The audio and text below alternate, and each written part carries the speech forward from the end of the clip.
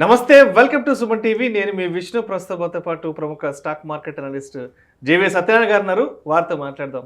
Sir నమస్తే. Sir నమస్తే.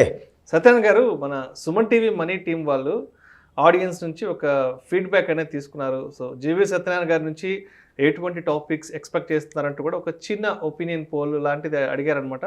So చాలామంది ఆడియన్స్ మనకు కొన్ని టాపిక్స్ ఇచ్చారు. సో దాంట్లో ఫస్ట్ టాపిక్ ఏంటంటే మిడ్ క్యాప్ స్టాక్స్ గురించి సత్యనారాయణ గారి ద్వారా విశ్లేషణ చేయించగలని అడుగుతున్నారు. మరి మన ప్రేక్షకుల కోరిక మేరకు మిడ్ క్యాప్ స్టాక్స్ గురించి డీటెయిల్డ్గా తెలియజేయగలరు?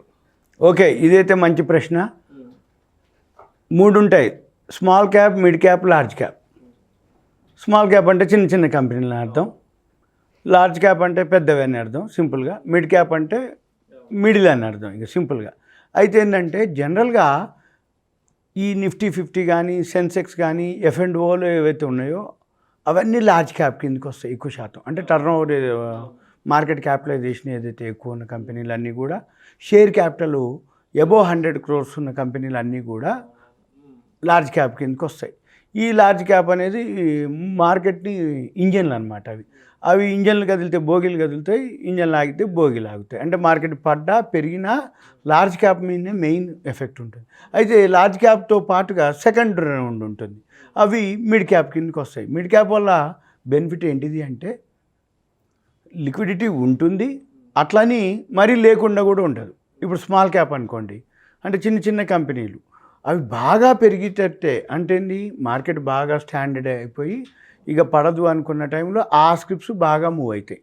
అవి ఏంటిది అంటే స్మాల్ క్యాప్లో డ్రాబ్యాక్ ఏంటిది అంటే బాగా మార్కెట్లో అంటే లార్జ్ క్యాప్, సెన్సెక్స్ బాగా పెరిగినాకే మూవ్ అవుతాయి. అవి ఇక వన్ వే అవుతుంది. అంటే పెరగటం మొదలు పెడుతూ ఉంటే మొత్తం ఎక్కువ శాతం అవి ప్రైస్ రిగ్గింగు, స్పెక్యులేషను జరుగుతాయి.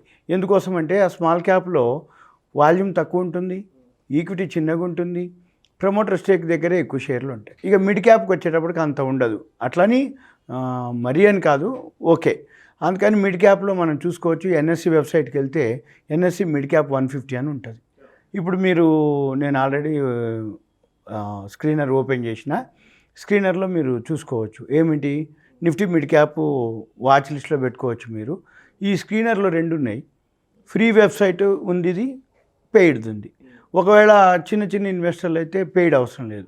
ప్రొఫెషనల్గా కానీ కొంచెం పెద్ద అమౌంట్ ల్యాక్స్లో షేర్ మార్కెట్లో ఉన్నవాళ్ళు పెయిడ్ సాఫ్ట్వేర్ తీసుకోవటం బెటర్. ఈ ఫ్రీ సాఫ్ట్వేర్, పెయిడ్ సాఫ్ట్వేర్కి ఏంటిది అంటే, ఫ్రీ సాఫ్ట్వేర్ అంటే ఫీచర్స్ తక్కువ ఉంటాయి, పెయిడ్ సాఫ్ట్వేర్లో ఏమవుతుంది ఫీచర్స్ ఎక్కువ ఉంటాయి. అయితే ఇప్పుడు నేను ఆల్రెడీ మా వాచ్ లిస్ట్లో మిడ్ క్యాప్ గురించి పెట్టడం జరిగింది. మనం కాలమ్స్ ఎడిట్ చేసుకోవచ్చు. మనకేమేమి కాలమ్స్ కావాలో అవన్నీ మీరు ఎవరైతే అబ్జర్వ్ చేస్తున్నారో, ఎవరైతే మన సుమన్ టీవీ ప్రేక్షకులు ఫాలో అవుతున్నారో వాళ్ళు ఈ కాలమ్స్ అన్నీ సెట్ చేసుకోవచ్చు. ఒకవేళ ఇంకా ఏదైనా డౌట్ ఉంది అంటే కొంచెం నాలెడ్జ్ ఉన్న వాళ్ళు నాకు మెసేజ్ పెడితే నేను లింక్ ఇస్తాను. అంతే తప్ప అసలు ఏం తెలియకుండా ఒకటి పెట్టి మళ్ళీ కాసేపు ఆగంగానే అదేంటిది అంటారు, అది పెట్టగానే ఇదేంటిది అంటారు. అట్లా అన్నారనుకో మనం అందరికీ ఎక్స్ప్లెయిన్ చేయలేము. కాబట్టి మీరు స్క్రీనర్లోకి వెళ్ళి mid cap, Nifty mid cap NSE వెబ్సైట్లోకి వెళ్తే NSE హోమ్ పేజీలో చూపిస్తుంది. అది నేను మీకు అది కూడా చూపిస్తా. ఇక ఇప్పుడు నిఫ్టీ మిడ్ క్యాప్లోకి వెళ్ళినాక ఇక్కడ మనము గమనించవచ్చు నెట్ ప్రాఫిట్ 2 ఉంటాయి, 21-22, 20-21. ఇప్పుడు మనం 21-22 ఫైనాన్షియల్ ఇయర్ మార్చిలో ఉన్నాం. 2021 లాస్ట్ ఇయర్. అయితే ఇప్పుడు చాలా అడ్వాన్స్ అయిపోయింది, మాన్యువల్ లేదు. అలా అని మనకెంతో కొంత ఐడియా ఉండాలి. ఏది ఆ ఫీచర్స్ అనుకోండి, ఆ సబ్జెక్ట్ అనుకోండి, లేకపోతే గవర్నమెంట్ ఏదైతే పాలసీలు అనుకోండి, గవర్నమెంట్ రాయితీలు అనుకోండి, లేకపోతే ఆ సెక్టార్లు అనుకోండి, అవి మనం గమనించాలి. వాటిని మళ్ళీ మిడ్ క్యాప్లో చూసుకోవాలి. అయితే ఇప్పుడు దీంట్లో ఏ కాలమ్స్ అంటే నెట్ ప్రాఫిట్ లాస్ట్ ఇయర్ ఎంత వచ్చింది, ఈ మార్చికి ఇంకా రాలే, ఫైనాన్షియల్ ఇయర్ అయిపోవచ్చింది, ఇంకొక 1 week 10 days అయితే ఈ ఫైనాన్షియల్ ఇయర్ అయిపోద్ది. ఈ మార్చి అయిపోయినాక అంటే 4th quarter రిజల్ట్స్ ఏవైతే ఉన్నాయో అవి April 1st తర్వాత న్యూ ఫైనాన్షియల్ ఇయర్ స్టార్ట్ అవుతుంది. 1st week 2nd week నుంచి జనరల్గా ఫస్ట్ TCS ఇన్ఫోసిస్ తోటి స్టార్ట్ అవుతాయి రిజల్ట్స్ అన్ని 8వ తారీఖు అట్లా. అంటే April 8 నుంచి అంటే రిజల్ట్స్ ఏవైతే మొదలైతాయో అక్కడి నుంచి ఇక కంపెనీలన్నీ ఒక్కొక్కటి యాన్యువల్ రిజల్ట్స్ వస్తాయి. కానీ మనకి సాఫ్ట్వేర్లు ఏం చెప్తాయి అంటే రాబోయే రోజుల్లో ఏ కంపెనీ ఎంత రావచ్చు అనేది మనకి డేటా ఇచ్చేస్తుంది. ఆ డేటా వలన మనకి ఉపయోగం ఏంటిదంటే లాస్ట్ ఇయర్ 1 ఇయర్కి ఎంత వచ్చింది, ఈ ఫైనాన్షియల్ ఇయర్కి ఎంత extra or less, neutral or positive or negative ఎంత ఉందనేది కూడా చూపిస్తుంది. అయితే ఈ 150లో మనం అన్నీ కొనలేము, అన్నీ చూడలేము, అన్నీ చేయలేము. కానీ మనము స్కాన్ చేసుకొని స్క్రీనర్ పెట్టుకొని ఆ స్క్రీనర్ తోటి ఓన్లీ ప్రజెంట్ నేను మీకు ఓన్లీ ఒక నెట్ ప్రాఫిట్ వరకే, మెయిన్ ఏంటంటే నెట్ ప్రాఫిట్ కనుక పెరిగింది అంటే మిగిలిన పారామీటర్స్ అన్నీ పాజిటివే చూపిస్తాయి. నెట్ ప్రాఫిట్ కనుక తగ్గిపోతే మిగిలిన పారామీటర్స్ అన్నీ నెగిటివే చూపిస్తాయి. నెట్ ప్రాఫిట్ న్యూట్రల్గా ఉంది అంటే మిగిలిన పారామీటర్స్ కూడా న్యూట్రల్నే చూపిస్తాయి. కాబట్టి మనము మిగిలిన కాలమ్స్ అన్నీ చూడాలి, కానీ ముందు మాత్రం ఫస్ట్ నెట్ ప్రాఫిటే చూడాలి. ఆ సెక్టారు నెట్ ప్రాఫిట్. ఉదాహరణకి ఇప్పుడు ఇక్కడ చూడండి, పవర్ ఫైనాన్స్ కార్పొరేషన్ ఒకటి ఉంది. అది లాస్ట్ ఇయర్ 11,747.83 కోట్లు వచ్చింది. ఈ సంవత్సరం 13,730 కోట్లు వస్తుంది. అంటే 1000 కోట్లు. పవర్ ఫైనాన్స్ పిఎఫ్సి అంటాం, అది public sector unit, government organisation. తర్వాత నెక్స్ట్ వచ్చి ఐఆర్ఎఫ్సి 4,416.13 కోట్లు లాస్ట్ ఇయర్ వస్తే ఈ సంవత్సరం 6,079.89 కోట్లు. ఐఆర్ఎఫ్సి కూడా ఇండియన్ రైల్వేస్ది, అది కూడా public sector unit, government organisation. Next వచ్చి కెనరా బ్యాంకు, అది public sector unit, government organisation. Public sector unit వచ్చి లాస్ట్ ఇయర్ వస్తే 2,890 కోట్లు, ఈ సంవత్సరం 5,401.81 కోట్లుగా చూపిస్తుంది. అయితే ఈ రెండు, ఒకటో ప్రొజెక్షన్స్, ఒకటో యాక్చువల్గా లాస్ట్ ఇయర్ వచ్చింది. ఈ ప్రొజెక్షన్స్ని టీటీఎం అంటాం, ట్రైలింగ్ ఫర్ 12 months, రాబోయే సంవత్సరానికి వస్తుంది అని చెప్పటం, అంతే తప్ప దీనికంటే ఎక్కువ కూడా రావచ్చు. అట్లని చూపించినంత రాక కూడా పోవచ్చు. కానీ మనకేంటిది ఓవరాల్గా వస్తుంది అనేదానికి కొంచెం అటు ఇటుగా ఒక 5% 10% అటు ఇటుగా అనుకోవాలి. అట్లని 5,400 కోట్లు ఉంటే ఒక్కసారి నీకు అంటే మరీ జీరో అయిపోవటం, అంటే వేల కోట్లు 100 కోట్లు తగ్గిపోవటము, అట్లని 100 కోట్లు పెరగటం. ఇప్పుడు 5,400 ఒకటి అంటున్నా, ఇది కెనరా బ్యాంకు సాఫ్ట్వేర్ ప్రకారం. సపోజ్ వస్తే 100-200 పైకో 100-200 కిందకు ఉంటుంది తప్ప మరి 3,000 మరి 7,000 అట్లా చూపించావు. ఎందుకంటే కొంచెం అటు ఇటుగా, అంటే ఉదాహరణకి ఏంటంటే మన కాలేజీల మాదిరి నారాయణ చైతన్య కాలేజీలు ఉంటాయి, వాళ్ళు టెస్ట్ పెట్టేసి వాళ్ళు గెస్ చేస్తారు ఏ పిల్లగాడు ఏ స్టూడెంటు ర్యాంకు తీసుకురా టాప్ 10లోకి. అలానే మనం కూడా గెస్ చేయటం వరకే, ఎక్స్పెక్టేషన్సే, సాఫ్ట్వేర్ ఇలా ఉంది అని చెప్పడం వరకే. అందుకని అయితే ఇవన్నీ ఏ గ్రూప్ షేర్స్, ఈ ఏ గ్రూప్ షేర్స్ ఎక్కువ శాతం ఈ కరెక్టే ఉంటాయి.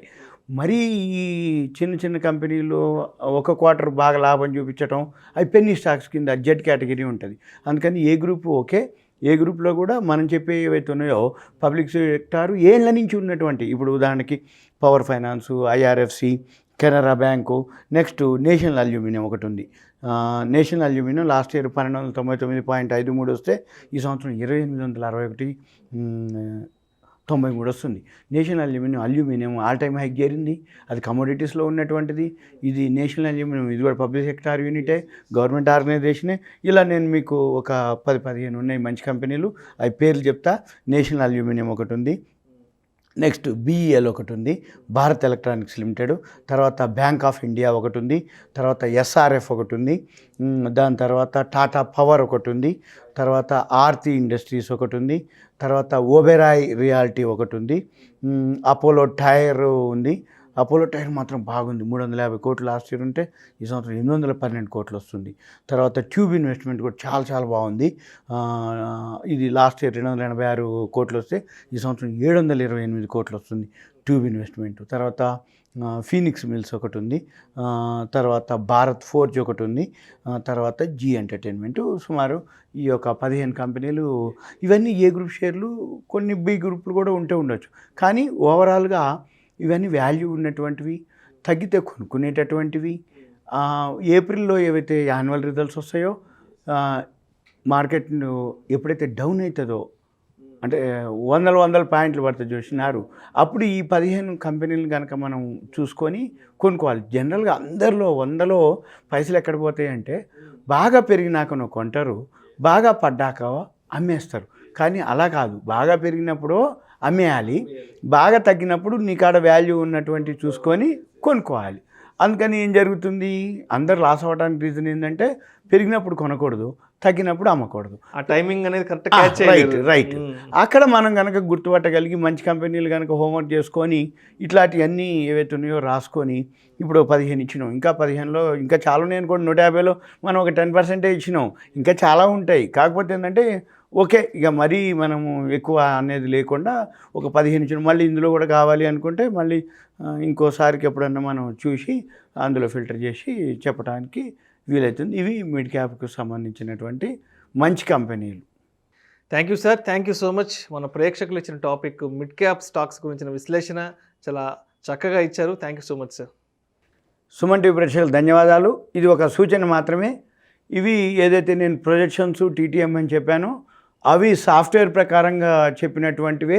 దీనికి కొంచెం ఒక 5 to 10%, 2-3% పాజిటివ్ ఉండొచ్చు, నెగిటివ్ ఉండొచ్చు, పెరగచ్చు, తగ్గొచ్చు, అలానే ఉండొచ్చు. అలా అని వాల్యూ ఉన్న కంపెనీలే మీకు సూచించడం జరిగింది. ఇంకా మీకు ఏదైనా ఐడియా ఉందంటే మీ ఎవరైతే ఫైనాన్షియల్ అడ్వైజరో మీకు ఓన్గా నాలెడ్జ్ ఉంటే మీరు చెక్ చేసుకొని బై సెల్ చేసుకోవాలి అని గమనిక. ప్రేక్షకులకు మరోసారి విజ్ఞప్తి, ఈ వీడియోలో ప్రస్తావించిన కంపెనీల పేర్లు కేవలం అవగాహన కొరకు మాత్రమే, ఉదాహరణగా మాత్రమే, అదేవిధంగా ఎడ్యుకేషన్ పర్పస్ కొరకు మాత్రమే ప్రస్తావించడం జరిగింది. ఇది మా వ్యక్తిగత రికమెండేషన్ అయితే కాదు.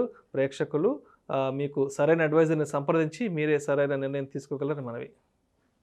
ఇలాంటి మరిన్ని interesting videos and valuable information కోసం వెంటనే మా Suman TV money channel subscribe చేయండి, లైక్ చేయండి, షేర్ చేయండి. అదేవిధంగా మీ అభిప్రాయాలను వీడియోస్ కింద కామెంట్స్ రూపంలో మాకు తెలియచేయండి. This is Vishnu signing off.